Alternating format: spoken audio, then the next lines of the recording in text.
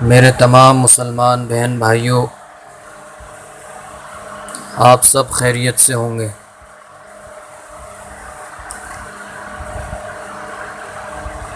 بقرعید کا دن آنے والا ہے اور یہ ایسا تہوار ہے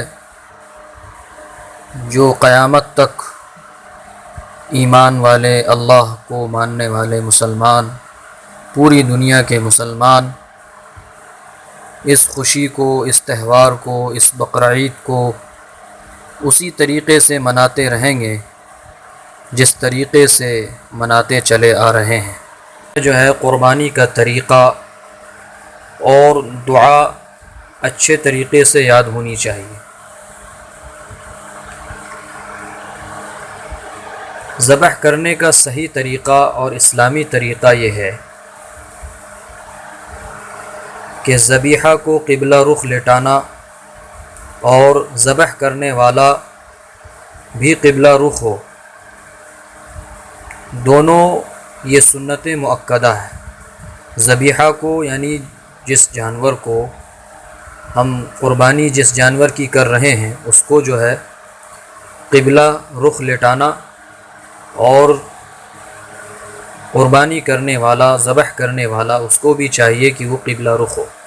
البتہ اگر ایسا نہ ہونے پر بھی جانور کی حلت میں کوئی فرق نہیں پڑتا، یعنی اگر قبلہ رخ نہ بھی ہو پائے تو جانور کے حلال یا حرام ہونے میں کوئی فرق نہیں پڑتا، بلکہ جانور حلال ہی ہوگا۔ کہ جب ہم قربانی کرنے جا رہے ہیں تو ہمارا ہر کام جو ہے سنت کے مطابق ہوگا، تو پوری طریقے سے ہمیں پورا کا پورا ثواب حاصل ہوگا۔ اس لیے جو ہے ہمیں ہر بات کا جو ہے لحاظ رکھنا چاہیے۔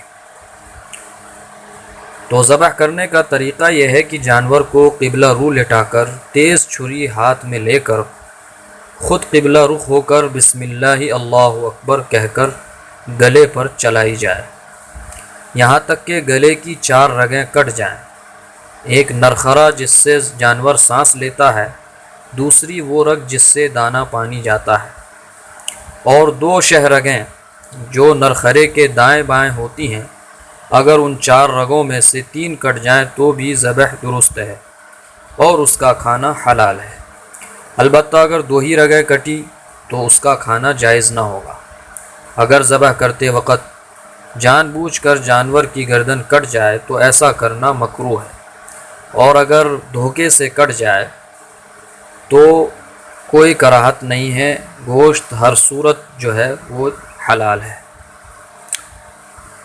مطلب یہ ہے کہ اسلام میں جو ہے ہر چھوٹی سی چھوٹی بات کا بھی لحاظ رکھا گیا ہے۔ یعنی یہ بہت ہوتا ہے کہ جو ہے جانور کے ذبح کرتے وقت چھری ہماری تیز نہیں ہوتی ہے بسا اوقات، جس کی وجہ سے جانور تڑپتا رہتا ہے اور اس کو قابو میں لانا بھی بہت مشکل ہوتا ہے۔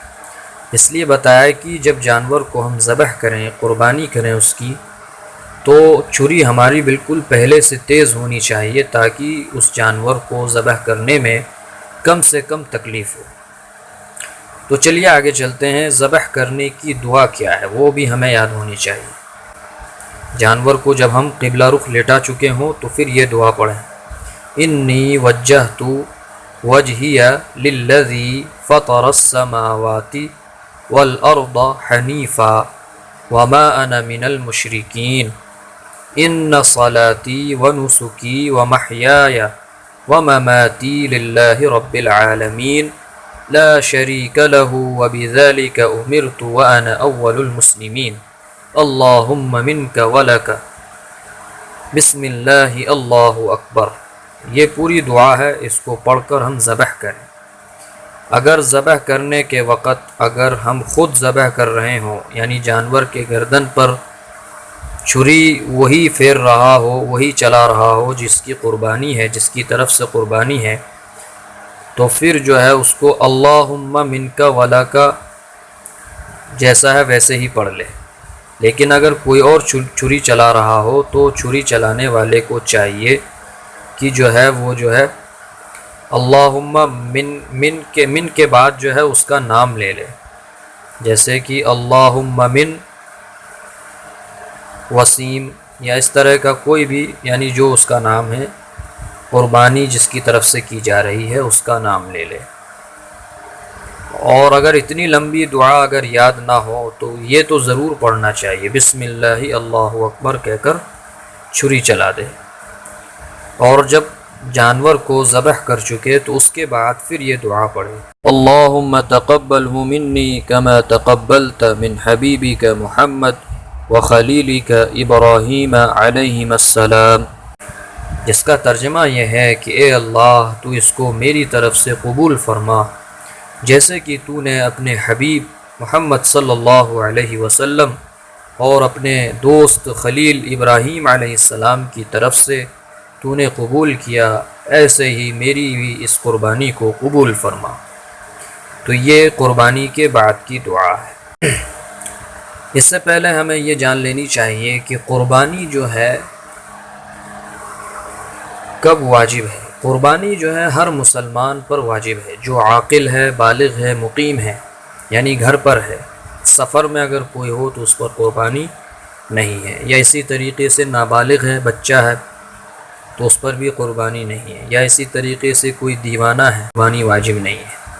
قربانی جو ہے ہر اس مسلمان مرد عورت پر واجب ہے جو عاقل ہو، یعنی عقل مند ہو، یعنی صحیح ہو، درست ہو، سلامت ہو، بالغ ہو، مقیم ہو، اور اس کی ملکیت یعنی وہ 52.5 تولے چاندی یا اس کی قیمت کا مال کا مالک ہو، یا وہ سونے کی شکل میں ہو، یا چاندی کی شکل میں ہو، یا پھر زیورات کی شکل میں، یا بزنس کرتے ہوں تو ہمارے پاس اتنا تجارت کا مال ہو، یا اسی طریقے سے ضرورت سے زائد گھریلو سامان ہو، یا رہنے کے مکان کے علاوہ اور ہمارے پراپرٹیز ہوں، جائیداد ہوں، تو اس کی قیمت کو ہم دیکھیں گے کہ اگر اس کی قیمت 52.5 تولہ چاندی کی قیمت کے برابر اس کی قیمت پہنچتی ہے تو اس کا مطلب ہے کہ ہمارے اوپر قربانی واجب ہے اور اس پر سال گزرنا ضروری نہیں ہے۔